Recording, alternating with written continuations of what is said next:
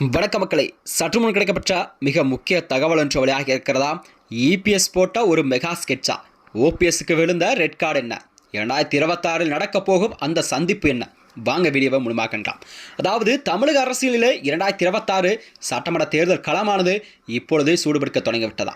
அதாவது அனைத்து கட்சிகளுமே தங்கள் கூட்டணி தொகுதி பங்கிடன அரசியலில் மும்பாரமாக செயல்பட தொடங்கிவிட்டதா. அந்த வகையில் தான் தமிழகத்தினுடைய ஒவ்வொரு கட்சிகளும் கூட்டணி தொகுதி பங்கிடன அரசியலில் மும்பாரமாக போய்கொண்டிருக்க சூழல் தான் உருவாக்கி இருக்கிறதா. அந்த வகையில் தான் ஓபிஎஸ் மற்றும் தேமுதிக போன்ற கட்சிகள்லாம் இன்று வரை யாருடன் கூட்டணி என்பதை அறிவிக்கப்படாத சூழல் தான் தமிழகத்தில் உருவாக்கி கொண்டிருக்கிறதா. அந்த வகையில் தான் குறிப்பாக சொல்ல போனால் அதிமுகவில் மீண்டும் ஓபிஎஸ் அவர்கள் இணைவாரா என்ற ஒரு எதிர்பார்ப்பும் நிலவி வந்த சூழல்தான் இபிஎஸ் அவர்கள் ஒரு மிக தெளிவான ஒரு முடிவை ஒன்றை அறிவித்திருக்கிறார். அதாவது பாஜக மேலிடத்தில் ஒரு சமரச முயற்சிகளுக்கு பிறகு ஓபிஎஸ் அணியை கூட்டணியில் சேர்த்துக்கொள்ள இபிஎஸ் அவர்கள் சம்மதித்தாலும் அவரை மீண்டும் அதிமுக கட்சிக்குள் சேர்க்க முடியாது என்பதில் மிக உறுதியாக எடப்பாடியார் இருக்கிறார் என்றே பேசப்பட்ட வந்த செய்தியாகவும் பார்க்கப்படுகிறதா.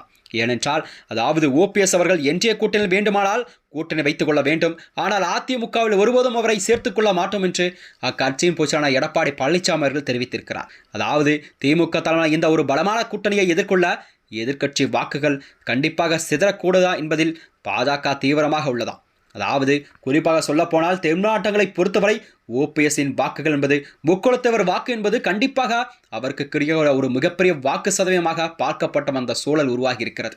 இந்த நிலையில் தான் பாஜக டெல்லி மேலிடமானது கண்டிப்பாக ஓபிஎஸ்ஐ கண்டிப்பாக மீண்டும் என்டிஏ கூட்டணியில் இணைப்பதற்கான வேலைகளை தொடங்கி இருக்கிறதா.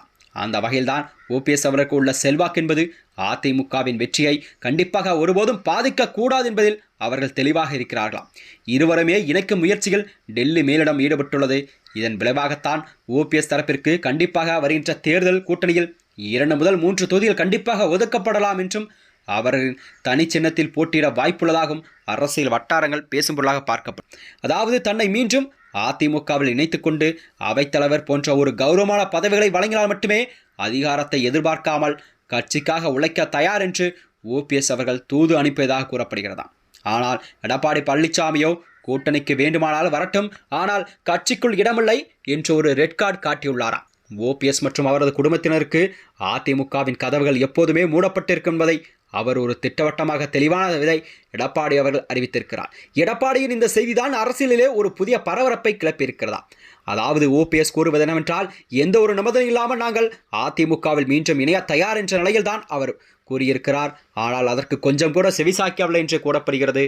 ஏனென்றால் இந்த அரசியல் நகர்வு என்பது தமிழக தேர்தல் களத்தில் ஒரு பெரும் மாற்றத்தை ஏற்படுத்தும் என எதிர்பார்க்கப்படுகிறதா.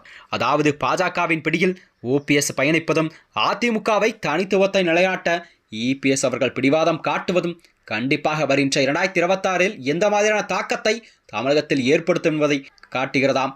அதாவது நாளை ஓபிஎஸ் தனது இறுதி முடிவை அறிவிக்க உள்ள நிலையில்தான் தமிழக அரசியல் களத்தில் ஒரு உச்சகட்ட பரபரப்பெல்லாம் தொடங்கப்பட்டிருக்கிறதாம். இந்த வகையில்தான் ஓபிஎஸ்ஸின் அடுத்த கட்ட நகர்வு என்னவாக இருக்கும், அவர் யாருடன் கண்டிப்பாக இணைய போகிறார் என்ற செய்திதான் அரசியலே ஒரு பரபரப்பை கிளப்பியிருக்கிறதாம். மேலும் இது போன்ற வீடியோக்களை தெரிந்து கொள்ள நமது சேனலை மறக்காமல் சப்ஸ்கிரைப் செய்து கொள்ளும். நன்றி, வணக்கம்.